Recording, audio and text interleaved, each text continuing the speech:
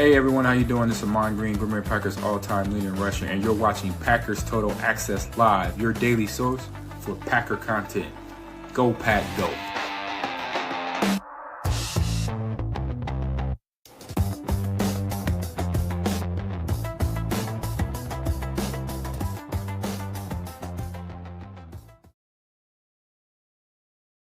What's up, guys? Welcome into Packers Total Access. My name is Clayton. You can check us out on packernet.com. Find me on Twitter at Packers_access. It is officially Packers-Bears game day, NFL playoff wildcard round. So excited to dive into the pregame show a little later this afternoon. We'll go live roughly an hour and a half before kickoff, so you guys make sure that you kind of set your reminder. Click the bell icon so you're notified when we go live there a little later. And we're going to break everything down, get the latest inactives, any reports. We'll show you live footage from Chicago down there at Soldier Field, take you right up to kickoff. And then immediately following it, we'll be doing the postgame show. But that's not the purpose of this particular live stream. I wanted to do a quick one this morning, kind of test the temperature in the room as a report just got dropped over on X earlier this morning from Ian Rapoport. It's about Matt LaFleur and his potential head coaching contract extension. So here is what Ian Rapoport put out. Now, listen, I know nobody's going to look at this like, whoa, we didn't see this coming. I think we all expected Matt LaFleur to potentially be back with the Green Bay Packers. I know I did. I'd say the large majority of people in here do. We've taken multiple poll questions all over, the season this year, and it was always, sometimes it was upward of 85 to 90% of the fan base said he should return as the Green Bay Packers coach. He should not be fired.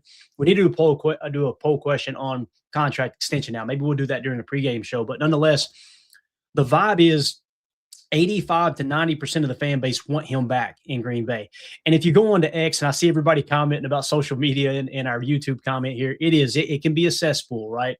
And typically what happens is you get the loud minority of the fan base that are screaming to fire this guy, fire that guy, bench this dude, start this guy over him, right? That's why I like to do the poll questions. Go, okay, let's take an educated approach to this and let everybody have a voice, everybody cast your vote, and that kind of gives us a realistic, obviously viewpoint of the fan base. Now, here's the breaking news. Ian Rapoport tweeted this out.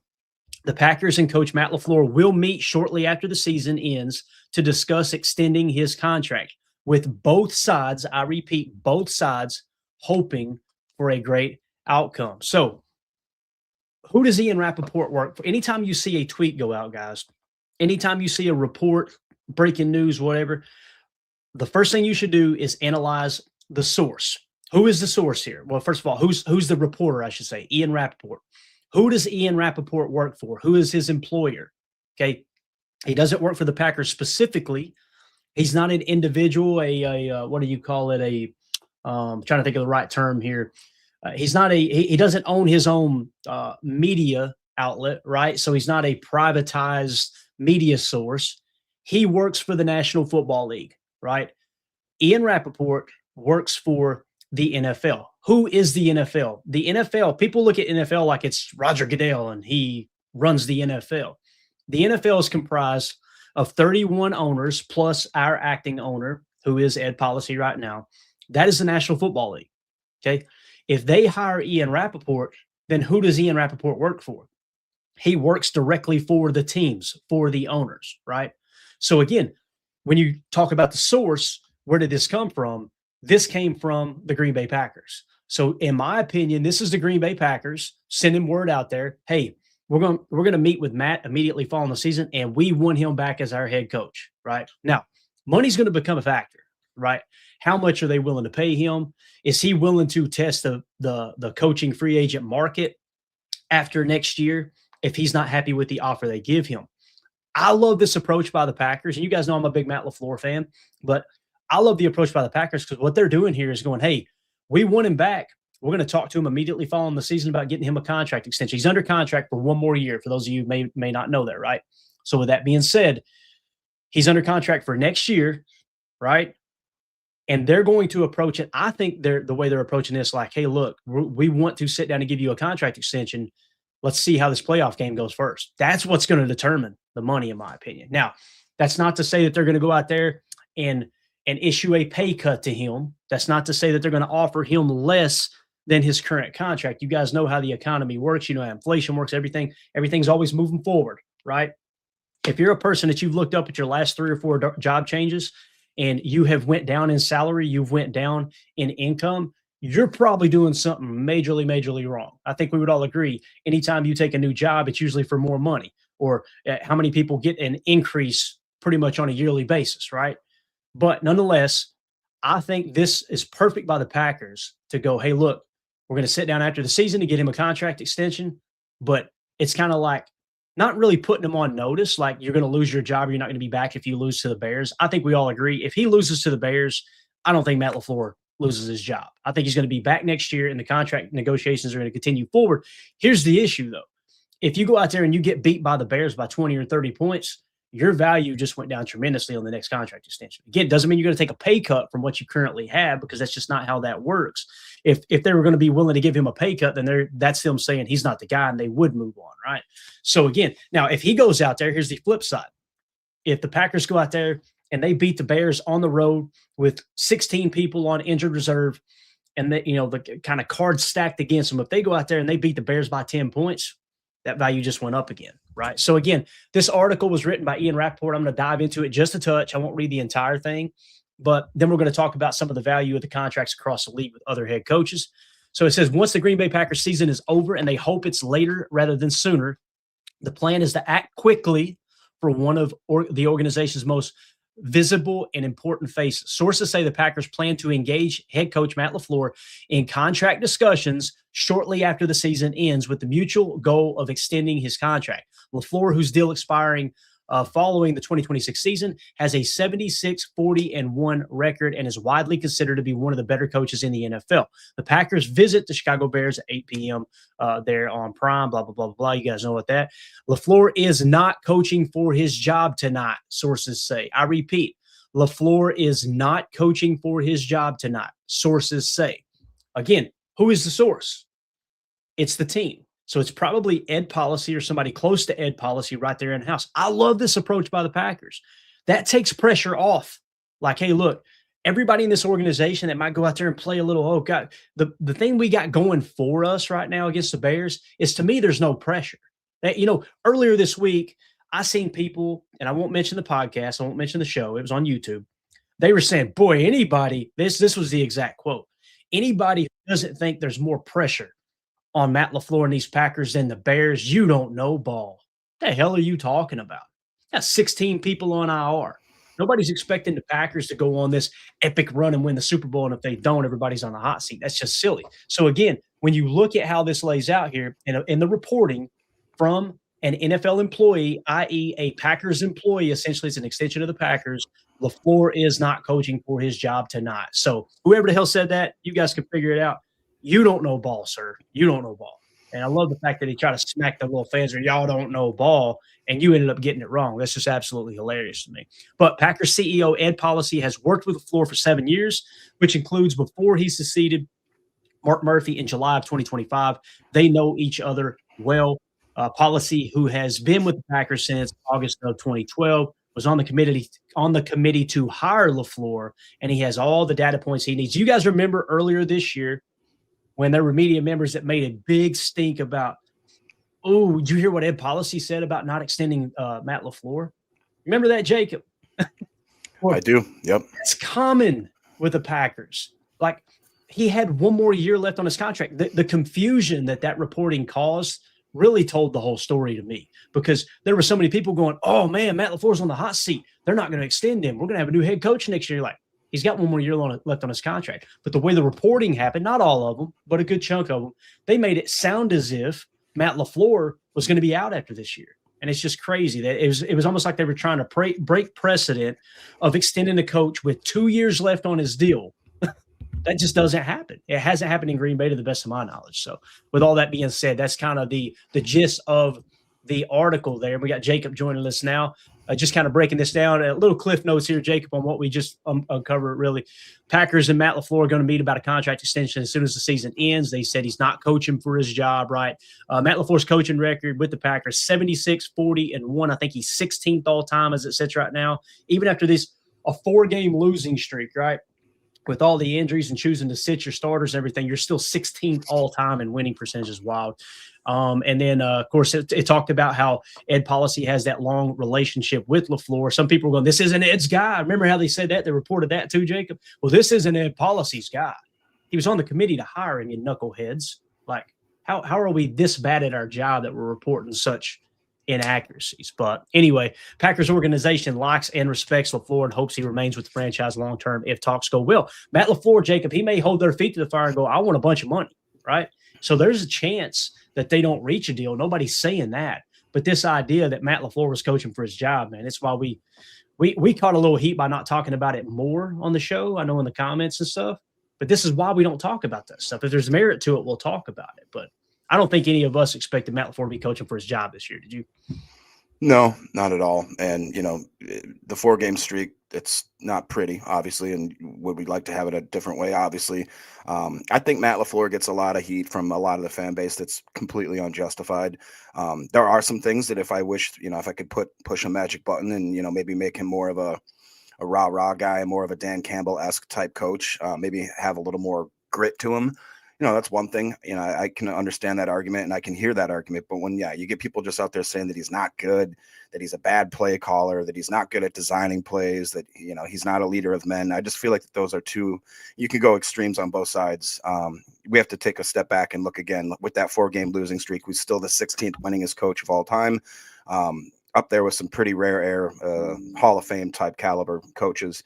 And, there are some situational things. It's kind of like how people give a lot of crap, when they gave it to Christian Watson when he was early in his career, when he had some major drops, that people remember those. It's kind of the same thing with, people kind of crapping on Romeo Dobbs because of that one unfortunate incident where he doesn't make the play on the special teams onside kick. There's certain things where people just, for whatever reason, they remember key moments, key situations, and then they kind of dictate their whole belief or kind of support for that single person based on those single incidences, but they forget about 99% of the other stuff that they've done well over their career. And I think Matt LaFleur deserves a little grace. 17 people on IR, that's not an excuse. That's just a fact of what he's dealt with. Having the transition from Rodgers to Love, dealing with that kind of dynamic. I think he handled that as well as any coach could in the league. I think we need to put a little more respect on Matt LaFleur's name. I'd love to see him personally stay.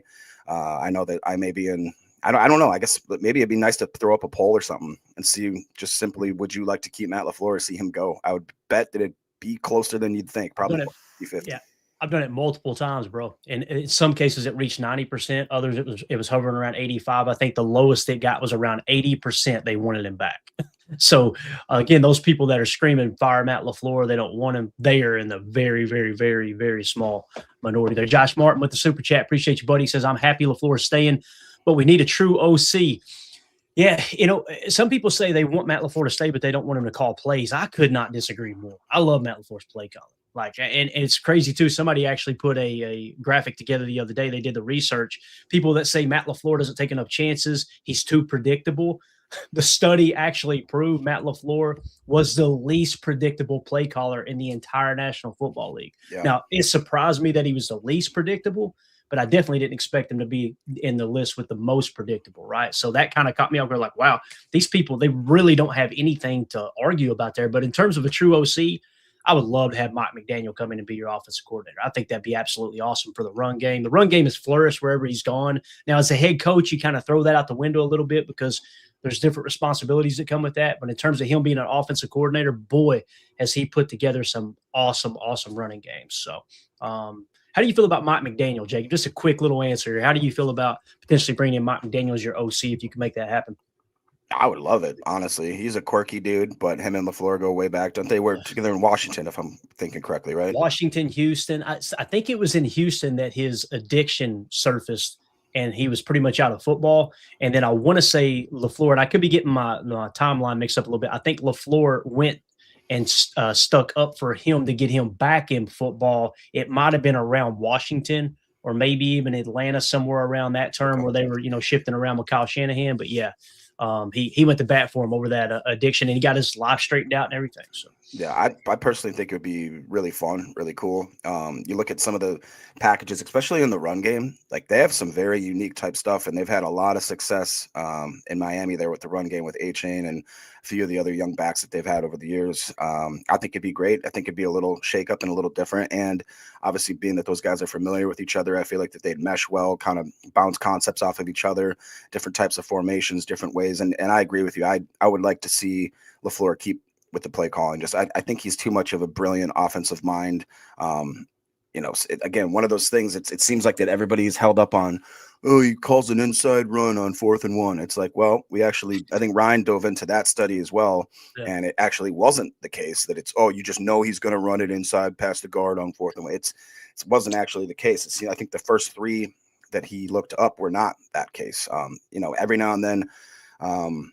It can feel like we get a little stagnant or stale sometimes with the play calling, but again, I think it's the situation, the game, whatever's going on with the game flow. But personally, I would love to see McDaniel. I think it'd be fun. I think it would shake up this offense, and I think we have a lot of weapons that he could utilize. Can I pose a weird question that popped in my head? I don't want it to steer us too far off track, but it was somebody asked me today at work. They're like, if you could bring one player back, either Micah Parsons or Tucker Kraft, what would you do? And I think the most immediate answer, most people would jump on Micah Parsons. I love Tucker Kraft so much that I actually thought about it for quite a while. And I just think that, man, it would be so great for our offense. I mean, they're both, I think, catalysts on both. Obviously, we know what Parsons brings to the defense, but I think people are sleeping on how good Tucker Kraft of a season was. Like, he was cranking, dude. I think both those are true. Like my choice, and it's not particularly close, it would be Micah Parsons, but I don't think there's anybody that not anybody. There's a very few people that realize just how good of a season Tucker was putting together. And it wasn't like, oh, it just happened this year. You started to see it really big last year. Like, this dude can take over a game. And obviously Matt LaFleur wants a lot of the offense to run through the tight end position. So it makes sense, man. And again, if you're wondering why so many teams are going to 12 personnel, like Chicago, when we play them tonight, they love throwing out of 12 personnel. The EPA per drop back goes up tremendously when you throw out of 12 personnel, because you're forcing a defense in their base package and you're putting a tight end on a backer, most likely in some cases, right? And again, those guys, when they come on the field, they're keying in on the run. And if you run a lot of boot action off of that and a lot of trickery, which we know Ben Johnson loves doing, that's how you can really kind of throw a wrinkle in everything. Nick McSwain says only whiny, emotional fans think he's a bad play caller. Literally every analyst says he's one of the best in the league. Completely agree with that. Now, Yasmin in here on Rumble, appreciate you jumping in, says, like John Harbaugh, ? If you're asking if I like John Harbaugh, I think John Harbaugh is a good coach. But here's what's crazy. The people that were calling, and I don't know if you are, Yasmin, and if you are, we can agree to disagree. It's cool. But the people that were calling, man, fire Matt LaFleur and hire John Harbaugh, what are we basing that off of, right? This is what's crazy. Look at this. When you look at the numbers, these are the contracts. And again, this is estimated. The coaches don't have to release their contract information. Okay. So this is kind of estimated. I think it's a pretty accurate assessment. I just asked AI, hey, who are the reportedly, because this stuff leaks out sometimes from agencies and stuff, because coaches have agents. Those agents want to prove that they're getting their guys the top money. The coaches would rather the money not get leaked out, because that creates a little awkwardness with the players if they're making significantly more than the players, and the players are the ones out there putting their body on the line, right? But here's how the NFL head coaches rank in terms of highest to lowest salary. Again, estimation. You guys do your own research here, okay? This is what we got. Andy Reid, $20 million per. Sean Payton, $18 million. Mike Tomlin, $16 million. Jim Harbaugh, $16 million. Sean McVay, $15 million. Pete Carroll, $15 million. Kyle Shanahan, $14 million. Ben Johnson, $13 million. Kevin O'Connell, $13 million. John Harbaugh, $12 million. So we're going to pay more money for a guy who, by the way, John Harbaugh is 36th all time in winning percentage at 614. That is 20 spots lower than Matt LaFleur at 654. And then it becomes, well, he's won a Super Bowl. He's won a Super Bowl. What have they done since 2012, guys? That was 13 years ago, right? Like, I mean, they've had good seasons here or there, and I don't think he should have been fired personally. I think that was their ownership overreacting. But this idea that he's just hands down better than Matt LaFleur, I can't get on board with personally. Going on down the line here, Liam Cohen in Jacksonville, $12 million. Dan Campbell, $11 million. Sean McDermott, $11 million. Mike McDonald in Seattle, $9 million. Below $9 million annually. And again, we don't know the exact figure. Kellen Moore with the Saints, somewhere between $5 and $7.5 million is the estimation. Matt LaFleur, $5 million. He has been underpaid, is the reality of the situation. Like, look at all those coaches that he's outperformed. Not all of them on this list, but a good chunk of them, right? There's only a handful of guys there that I would take over Matt LaFleur that's on that list right there, right? It's just, again, man, for me, he deserves a raise. Now, how much money is he going to ask for? You can't ask for Andy Reid money, right? You better start winning a bunch of rings if you want that money. Sean Payton, I mean, I think there's an argument to be made that Matt LaFleur is in the same ballpark as Sean Payton, right? Sean Payton, when did he win his Super Bowl, Jacob? Was that like 2009, 2008, whatever it was? A while. Yep. A long time ago, right? Now, he's turned that franchise around, and I love Sean Payton. I think he's a great coach. Yeah. But Mike Tomlin, right? When was the last time he did? If that kick had went through the uprights and not sailed right against Baltimore, he would have been fired. That was the rumor. He was getting fired after that game. And he's making $16 million, Matt LaFleur making $5 million. So again, what's that number? And I say this because I get emotional over it. I say this because when they sit down and negotiate this, Matt LaFleur's got a case to say, I want $15 million per. Mm-hmm. And the Packers may go, I don't know, might not want to do that. That's when things can steer off the beaten path, right? Yeah. And that's why this playoff game means so much too, Jacob, because if he goes out there and wins this playoff game on the road, he might get $15 million, right? He'll definitely crack 10. I think he'll definitely crack 10 million. But because he's going to look up and go, Bub, look around here. Dan Campbell making $11 million a year. He's making twice as much as me. They didn't even make the playoffs. Kevin O'Connell, same thing. Ben Johnson. Right. So I like what Jen says here. It says, begging anyone who cares about the coaching in Green Bay needs to read Justice Mosqueda's article on it. We just don't pay coaches pretty much. I think that's fair. And then to the point about John Harbaugh, Ryan had a great point on his podcast this morning. He said that apparently Harbaugh came out and specifically said, here's my list of demands. I want to have complete control of the roster. Mm-hmm. I want to have complete control of who I pick as my GM. Now, does that sound like something the Packers organization that Ed Policy is going to just let willy-nilly come in and have a guy kick open the door and say, I'm running the show now? And by the way, here's $20 million or whatever he's asking for. It just, to me, doesn't seem logical in any realm. And then just to clarify, Yasman did say, I meant as a rah-rah, get players fired up coach. Baltimore's defense has always had an edge. And I agree with that. Yeah. They have. Yeah. So. Great point, Yasman, for sure.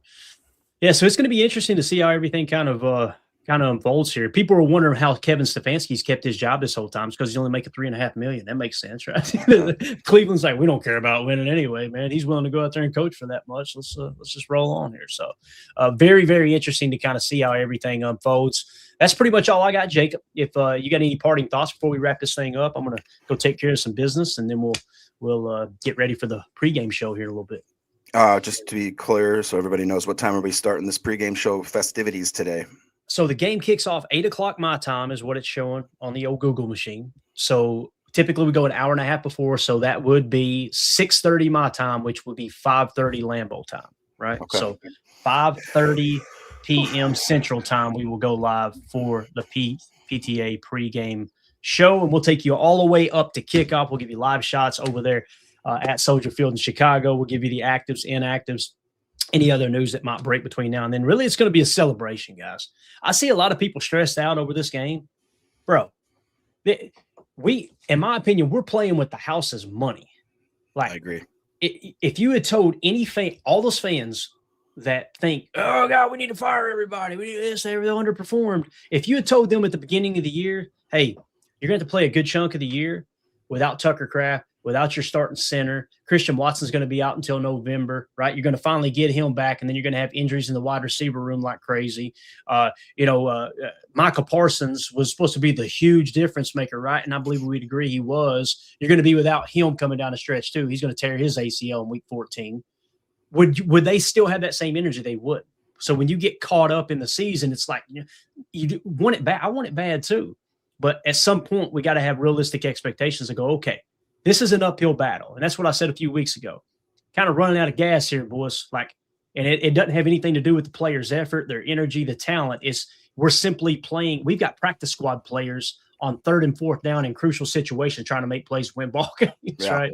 So again, I'm stress free in this game. I want it bad, but I think a large chunk of people outside of Packer fans are looking at this game going, yeah, it's an uphill battle, especially former GMs, former players. Now, Dan Orlovsky was like, boys, don't be surprised if the Packers come out and kick that ass because they are the better team, right? I could see that happening too. I could see the Packers winning by a couple scores. I could see Chicago winning by a couple scores. I could also see this thing coming down to a last-second field goal in a windy city too. So it's going to be fun, man. I'm excited about it. But appreciate you jumping in, dude. You got anything else? You good? Could I pose one last question for you? Yeah, man. Since we're on the topic of coaches and firing and all that, listening to, again, Ryan, I think it was the call-in show, Packernet After Dark, somebody posed the question, if you had to pick a coaching position or a coach on the team that was on the hot seat other than LaFleur, who would you pick? I believe that both the caller and Ryan agreed that they would rather see Gutekunst, the offensive line coach, or, of course, Rich Bisaccia. If you had to pick between those two, which one do you think? And I'll tell you right away, I just believe that the offensive line has not been up to Green Bay Packer caliber. Obviously, we've had the injuries, and we had a few new pieces that we tried to plug in. Playing a little bit of musical chairs with our 2 draft picks there that were pretty high. That just, for whatever reason, it doesn't feel like we have that same offensive line that we've had for years and years and years. What are your thoughts on that? Yeah, so for me, if I had to pick between those two, it would be Gutekunst, hands down. Because again, how I feel about special teams is if I hadn't read this in football books years ago, I probably would have a differing opinion. I'd probably be on the side of everybody like, oh, we need to get rid of Bisaccia. This is a common problem for West Coast offense teams. Most of the time, if you've got and what I mean by that, it's not necessarily the coaches, is it this or that, the play. It's when you've got front offices who have an entire history of their existence building West Coast offense-based teams. They typically don't put a lot of emphasis on signing players to play special teams. Let me explain this. If you were to do it very, very simple, and it's way more complex than this, but if we break it down to the simplest terms, think of Bill Walsh and how they built teams, okay? And then think of, on the other side, Bill Parcells and how he built teams. Now, if you want to take it a step further, think of Mike McCarthy and how that team has been built for a West Coast offense coach, and think of Bill Belichick, because those are 2 disciples, right, that have come down those 2 coaching trees. Parcells to Bill Belichick, obviously Bill Walsh to Mike Holmgren down to Mike McCarthy, right? And it extends to Matt LaFleur as well. It's not a coincidence the Packers special teams. Guys, how many coordinators are we going to go through? Like, this is something that's been going on since I've been a fan in 2003. It was literally, yeah, we need a new special teams coordinator. Get him out of there. They use Slowlick and this guy and that guy and this guy. And every time we expect there's going to be a big change, and there never is. Why? Because the bottom of the roster is not built to bolster special teams. It's built offensive-minded first. Like, I mean, think about it. If you were to sign a player that's an undrafted free agent, how many times have we seen their RAS through the roof, Jacob? Right? Ben Sims, remember, his was like, whoa, the RAS through the roof. Ben Sims was effective on offense. I think you and I agree. We like to see him in a lineup, right? Big body dude, great athleticism. What the hell did he ever do on special teams? Right? That's one of those bottom of the roster guys, right? And if you look at how Belichick built his rosters during that whole run to whatever, to fame, to success with the dynasty, they were key. They had one guy, Matthew Slater, I think that was his name, was a team captain, and he was a receiver on the depth chart and never played receiver. He was just strictly special teams, and he was the special teams captain, and he was just one of those dudes. Like, they constantly built their roster around spending money on guys that were just special teams players. And that's why I don't think it'll change in Green Bay until you change the mentality of the front office on how you build the bottom third of the roster, because they truly do. Parcells and Belichick always treated special teams. They say all 3 phases of the game: offense, defense, special teams. He said that 1,000 times a season. How often have you heard Matt LaFleur say in all 3 phases, offense, defense, and special teams? It's just not on the forefront of their mind. It's more about how can we get that extra weapon. And I'm not saying that's not important, but there's positives and negatives to both.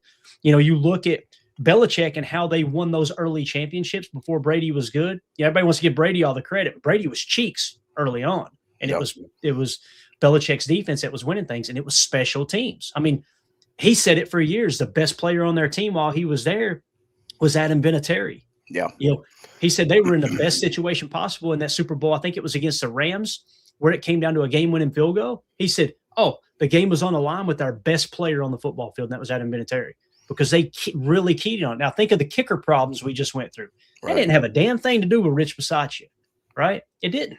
And, you know, the whole them getting through and blocking a kick, we talked about how you can fix that. Remember the field goal and the extra points getting blocked earlier this season was a problem? Yep. We talked about how you fix it. Go get somebody like Mercedes Lewis. Mercedes Lewis is one of the best wing guys to help protect there, right? Well, why did they let go of Mercedes Lewis? Because he was an aging player, right? He could have done that. He could have specialized that, and those kicks might not have got blocked, right? Maybe they did. Who knows? But that's a perfect example of how they moved on from Mercedes Lewis when I think everybody on this particular program was going, I want Big Dog back. Like, are you kidding me? Why are we not bringing him back? He's cheap. He's a veteran. Because the front office always wants to get younger. They always want to get more athletic. That's how the bottom of the roster is built. So super chat here from Joe Trev. Opportunity to play spoiler is the best position to be in. Amen, Joe. A freaking men. What a profile pic too there, by the way. Dude, I love it. I think it's what I screenshotted to y'all the other day. Yeah, you did. I don't know what it's from. I feel like I should know. I want to say it's a movie or something, but I think so too. I can't put my finger on it. I love what Jen says here too, though. Waylon not being on the All-Pro team sucks. I think that guy deserved it, and that's another thing. To your point, just real quick about special teams, I feel like if you don't have like that crazy locked-in kicker, or let's go back to even if you don't have a guy like Desmond Howard, Devin Hester, you know, something crazy, Tina Turner movie. Okay. That was Ike, wasn't it? I think that guy played Ike Taylor. Right. Or Ike Turner. Ike Taylor. Ike Turner. But you know what I'm saying? Like, if you don't have a just almost a Hall of Fame style locked in kicker, or basically a Hall of Fame returner, nobody talks about your special teams. So it's just, you know, it is what it is. And you go back and go, well, you know, Green Bay special teams played a huge role for the Packers in '96 to win. Desmond Howard, if they didn't have Desmond Howard, they may not win the Super Bowl, right? They may not make it to the Super Bowl and win the Super Bowl, right? What happened immediately following that? They got him off the scrap heap, and then they wouldn't give him a big enough contract, so he ended up walking in free agency, if I remember correctly. I don't know if it was directly after '96 or if it was in '98, but nonetheless, they didn't move forward with that because that was just hey, he's cheap, bring him in. Oh, look, he hit a couple home runs, huge factor. Helped them win the Super Bowl with that kickoff return for a touchdown, and then it was just right to the back again. Nobody cares. Yeah. You know, that's how they look at special teams. And I'm not saying it's right. I think a good blend of both would be the way to approach. But front office always seems to side on young, athletic playmakers as opposed to, hey, let's go get this gritty guy. That's what I would like to see. Is I want to see a couple free agents added this offseason that are not break the bank free agents, but just solid pros, a lot of experience. They've shown durability, that type of thing. And you may have to move on from your boy Nate Hobbs. You may have to move on from Aaron Banks. So both of those guys you could get rid of if you needed to. There's not a cap penalty that's going to hurt you there that's attached. Now, one frees up more money than the other, and we won't get into that until the offseason. But, yeah, it's just kind of how I look at that stuff. So I don't know. But anyway, appreciate everybody jumping in here, man. This was fun. I was going to do a 15-minute episode and talk about Matt LaFleur there a little bit, but yeah, there you go. Ike Turner, what's love got to do with it? Everybody knows the movie now. I knew I'd seen it somewhere. Yeah, so yeah, boy, that's a wild story for another day. But anyway, Jake, appreciate you jumping on, Jake. Hey man, congrats on the 25-year anniversary. Yeah, here's what's hilarious. Everybody's going, happy 25, happy 25. I reminded Mandy yesterday, right? She was like, because it's our dating anniversary. That's when we actually started dating, right? When we first got together. And then yesterday, she speaking of the devil right there? That was her. Once you start. She's sitting in the bed, and I walked up, you know, whatever, and she goes, Clayton, what year is it? What? It's like, and it hit me. I was like, oh, hell, this is 26. And it's 26 years. Oh, it is? Yeah. Oh, shit. After a couple of decades, things go bad. So. All right, that's it, guys. We're out of here. I'm getting the evil stare now. So appreciate everybody jumping in. Let us know in the comments, what do you think about the Matt LaFleur news? How much money would you be willing to pay him? That's what I want to know in the comments. Everybody, let us know. We want to hear your voice. How much money would you be willing to pay Matt annually in terms of salary, and where would you rank him of the coaches we just talked about, some of the highest paid coaches in the league? Where would you put him on that list? Let us know in the comments, and make sure you hit like, subscribe, and click the bell icon so you're notified when we go live in the future. We're out of here before I do something bad. We got dogs at the bottom wanting in here and everything. So everybody have a great day. We'll see you in the pregame show. Bye. Here we go. We're out. Bye, guys.